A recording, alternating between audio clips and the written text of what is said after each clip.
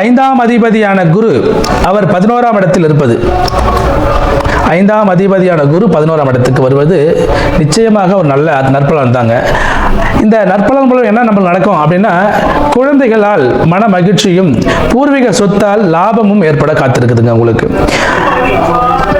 10க்குரிய சுக்கிரன் அவர் 3க்கு அதிபதியாக சுக்கிரன் 6ல் உள்ளார். அதாவது தொழில் கடன் நிச்சயமாக முயற்சி செய்தால் இந்த காலகட்டத்தில் தொழில் கடன் கிடைக்குங்க. 11ஆம் அதிபதி 6ல் உள்ளார்.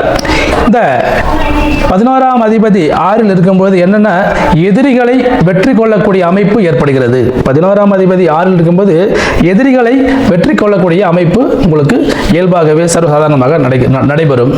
புதிய தொழில் தொடங்கணும் அப்படின்னு நினைக்கிறவங்க இந்த காலகட்டத்தில் புதிய தொழில் தொடங்கலாம். நீண்ட நாட்களாக வெளியூர் மற்றும் வெளிநாடு செல்லக்கூடிய அமைப்பு உள்ள நபர்கள் நீங்கள் முயற்சி செய்தால் இந்த காலகட்டம் உங்களுக்கு நிச்சயமாக நீங்கள் நினைக்கக்கூடிய இடத்திற்கு சென்று உங்கள் தொழிலை விரிவுபடுத்த முடியும். நீங்கள் வேலைக்கு செல்ல வேண்டும் என்பவர்களுக்கு கூட வாய்ப்புகள் அதிகமாக கிடைக்கும்.